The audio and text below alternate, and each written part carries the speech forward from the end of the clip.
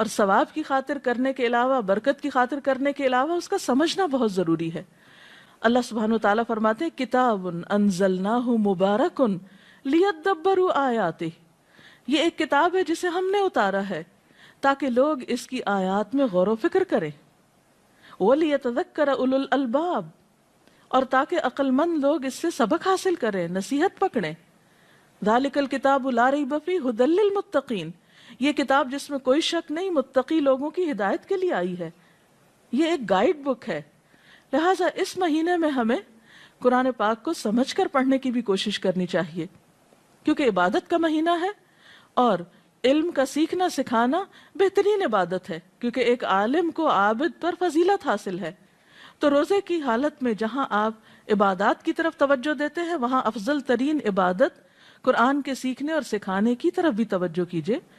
نبی صلی اللہ علیہ وسلم نے فرمایا خیرکم من تعلم القرآن وعلمہ، تم میں بہترین ہیں وہ لوگ جو قرآن سیکھیں اور سکھائیں۔ لہٰذا جو لوگ قرآن جانتے ہیں، یعنی اس کا ترجمہ جانتے ہیں، اس کا مفہوم جانتے ہیں، وہ ایسی مجلسیں قائم کریں کہ جس میں دوسرے لوگوں تک قرآن کا پیغام پہنچا سکیں۔ اور اسی طرح جو لوگ نہیں جانتے وہ خاص طور پر ایسے علماء اور ایسے لوگوں کے حلقوں میں حاضر ہوں اور وہاں قرآن سیکھیں تاکہ ان کی زندگی میں بھی قرآن کی خیر و برکت نظر آئے، کیونکہ اللہ تعالیٰ اس کتاب کے ذریعے کچھ قوموں کو بلندی عطا کرتے ہیں اور کچھ قوموں کو ذلیل و رسوا کر دیتے ہیں۔ تو قرآن جیسی نعمت کے ہوتے ہوئے اگر کوئی شخص اس رحمت اور برکت سے فائدہ نہیں اٹھاتا تو وہ خود اپنا نقصان کرتا ہے۔ اور رمضان المبارک قرآن کی طرف رجوع کرنے کے لیے ایک بہترین مہینہ ہے۔ قرآن پاک کے ساتھ تعلق کے علاوہ خصوصی طور پر دعاؤں کا اہتمام کرنا چاہیے۔ روزے کی حالت میں دعا قبول ہوتی ہے، سحری کے وقت دعا قبول ہوتی ہے، افطار کے وقت دعا قبول ہوتی ہے۔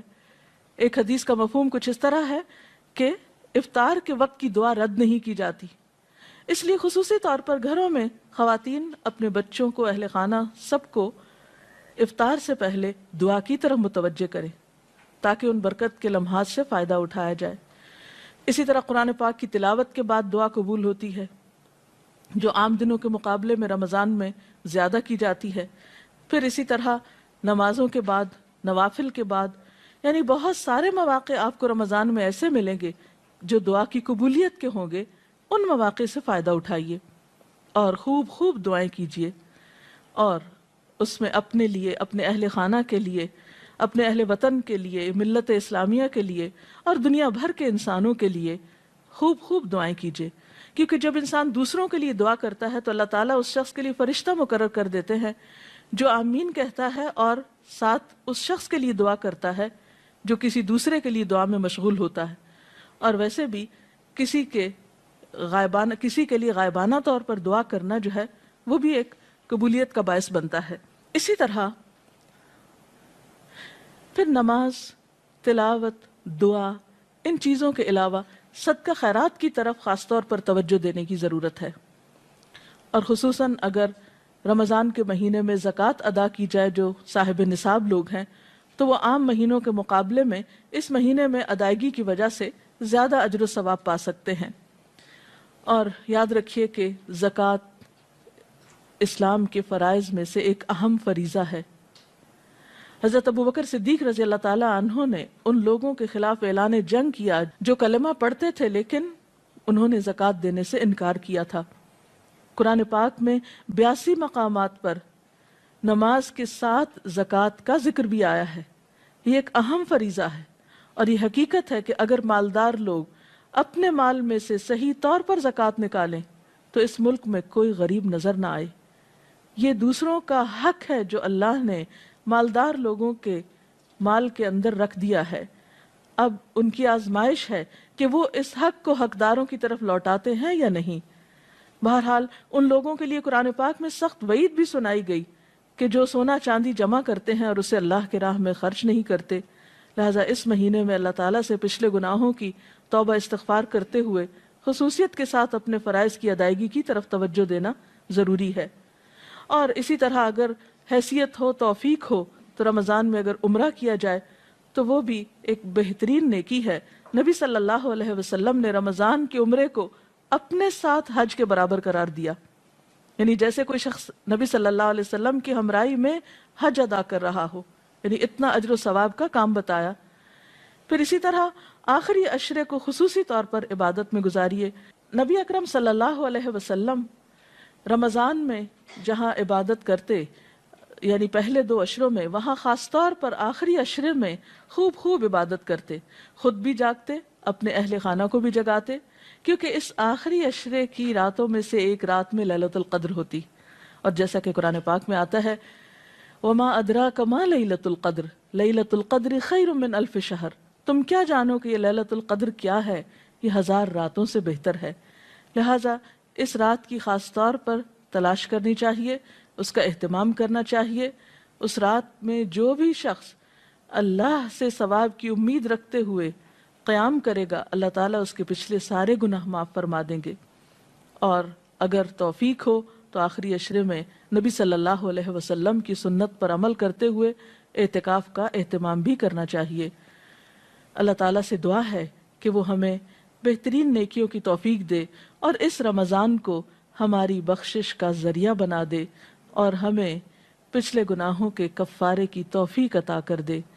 وآخر دعوانا ان الحمد للہ رب العالمین۔ اگر آپ میں سے کوئی آج کی اس ٹاک کے بارے میں، گفتگو کے بارے میں کوئی سوال کرنا چاہے تو یو آر ویلکم۔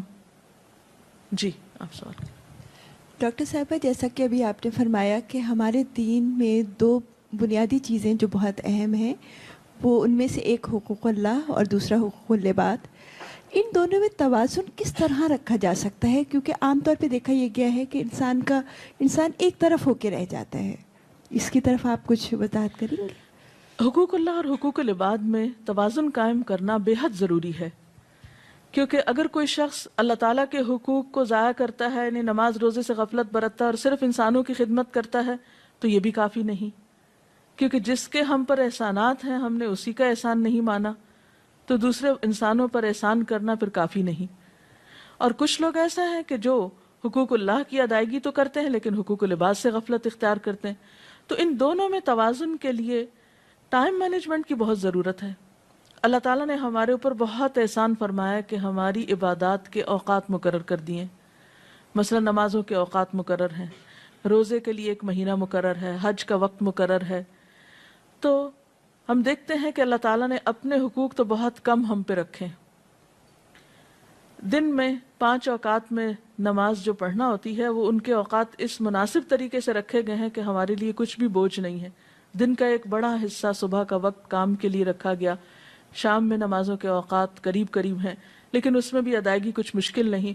حقیقت یہ ہے کہ نماز انسان کو ایک اسٹرینتھ دیتی ہے، قوت دیتی ہے، اور اس کو مزید تیار کرتی ہے کہ وہ حقوق العباد کو اچھی طرح ادا کر سکے اور صرف اللہ کی رضا کے لیے ادا کرے۔ اور حقوق اللہ کی ادائیگی کے بعد انسان اپنے ذہن میں حقوق العباد کی فہرست رکھے، اس میں ان تمام افراد کی طرف توجہ رکھے جو اس کے دائرہ کار میں آتے ہیں اور ان کے لیے بھی اوقات مقرر کرے۔ نبی صلی اللہ علیہ وسلم کی ایک اور حدیث سے ہمیں پتہ چلتا ہے کہ آپ صلی اللہ علیہ وسلم نے ہمیں اس بات کی تعلیم دی ہے کہ ہر انسان کے پاس کچھ گھڑیاں ایسی ہوں جن میں وہ اپنے رب سے بات کرے، کچھ گھڑیاں ایسی ہوں جن میں وہ انسانوں کے حقوق ادا کرے، کچھ گھڑیاں ایسی ہوں کہ جس میں وہ سیکھنے سکھانے کا کام کرے۔ تو بہرحال ہمیں ان دونوں طرف ایکولی توجہ دینا ہوگی اور ان کے اوقات کی پابندی کرنا ہوگی۔ ہر شخص اپنی سہولت کے مطابق ایک ٹائم ٹیبل بنا سکتا ہے۔ ڈاکٹر صاحب، روزے کے 2 چیزیں بہت اہم ہیں، سحری کھانا اور افطار کرنا۔ ہم یہ دیکھتے ہیں کہ عموماً ہمارا ٹرینڈ جو ہے افطار کی طرف زیادہ جاتا ہے، اس کے اہتمام میں۔ کچھ سحری کی فضیلت کے بارے میں آپ ہمیں بتائیں گے؟ جی، یہ آپ نے درست فرمایا کہ عموماً ہمارے ہاں افطار کا تو بہت اہتمام کیا جاتا ہے لیکن سحری کی طرف زیادہ توجہ نہیں دی جاتی۔ آپ نے فرمایا سحری کیا کرو کیونکہ سحری کرنا بابرکت ہے، سحور میں برکت ہے۔ اور پھر ویسے بھی دیکھیے کہ سحری کے وقت دعائیں قبول ہوتی ہیں۔ اہل ایمان کی خصوصی صفت بتائی گئی، وَبِالْأَسْحَارِ هُمْ يَسْتَغْفِرُونَ۔ اس وقت انسان اگر سحری کی تیاری کے لیے اٹھتا ہے اور ساتھ ساتھ ذکر کرتا ہے مثلاً آپ کھانا لگا رہے ہیں، آپ برتن اٹھا رہے ہیں، آپ تیاری کر رہے ہیں کسی بھی طرح، ساتھ ساتھ اللہ تعالیٰ کا ذکر بھی کر سکتے ہیں اور خصوصاً استغفار کر سکتے ہیں، تو وہ موقع اور وقت جو ہے وہ بہت بابرکت ہوتا ہے. اور سحری کے ساتھ جو روزہ رکھا جاتا ہے وہ کہیں زیادہ بہتر ہے بنسبت اس روزے کے جو بغیر سحری کے رکھا جائے. میرا سوال زکوٰۃ کے بارے میں تھا کہ رمضان میں زکوٰۃ جو ہم نکالتے ہیں اس کو رمضان کے مہینے میں حساب کر کے پورے سال میں رفتہ رفتہ اسپینڈ کر سکتے ہیں یا رمضان کے مہینے میں ہی پورا نکال دینی چاہیے؟ بنیادی طور پر تو آپ زکوٰۃ اس وقت نکالیں گے جب آپ کا سال پورا ہو جائے گا، یعنی ہجری کیلنڈر کے مطابق. مثلاً اگر آپ نے محرم میں کچھ سونا خریدا جو کہ نصاب کی حد کو پہنچتا تھا، تو اس صورت میں آپ کی زکوٰۃ اگلے سال محرم کی اس تاریخ کو ڈیو ہو جائے گی، یعنی آپ کو ادا کرنا ہوگی. اب ضروری نہیں کہ آپ رمضان تک 8-9 مہینے انتظار کریں اور زکوٰۃ روک کے بیٹھے رہیں اور پھر آپ رمضان میں بھی پوری نہیں ادا کریں اور پھر سال بھر تھوڑی تھوڑی ادا کریں، تو یہ درست نہیں ہوگی، یہ بات درست نہ ہوگی. اس سلسلے میں حکم یہ ہے کہ جب سال پورا ہو تو آپ زکوٰۃ نکال دیں، کیونکہ زکوٰۃ کا مال اگر آپ کے مال میں شامل ہوا تو آپ کے مال کو بھی نقصان پہنچا سکتا ہے. زکوٰۃ کی ادائیگی دراصل مال کی صفائی اور تطہیر کا ذریعہ ہے. اس کے لیے آپ ان ایڈوانس، یعنی مثلاً آپ کی اگر زکوٰۃ محرم میں ڈیو ہے اور آپ اگلے محرم تک سال میں پہلے ہی تھوڑی تھوڑی ادا کرتے رہیں، تو وہ زیادہ بہتر ہے بنسبت اس کے کہ آپ سال بھر گزر جائے اور لوگوں کا پیسہ آپ کے مال میں باقی رہے اور آپ رمضان کا انتظار کرتے رہیں، تو اس صورت میں یہ درست نہ ہوگا. ہاں یہ ہے کہ آپ رمضان میں ان ایڈوانس زکوٰۃ دے دیں اور محرم میں جب آپ کی ڈیو ہو تو اس وقت تک آپ اپنے فریضے سے فارغ ہو چکے ہوں، تو ایسا کیا جا سکتا ہے. اس کے ساتھ ہی ہمارے آج کے پروگرام کا وقت ختم ہوتا ہے. انشاءاللہ اگلے پروگرام کے ساتھ حاضر ہوں گے. وآخر دعوانا ان الحمد للہ رب العالمین. اللہ اکبر اللہ اکبر لا الہ الا اللہ واللہ اکبر اللہ اکبر وللہ الحمد.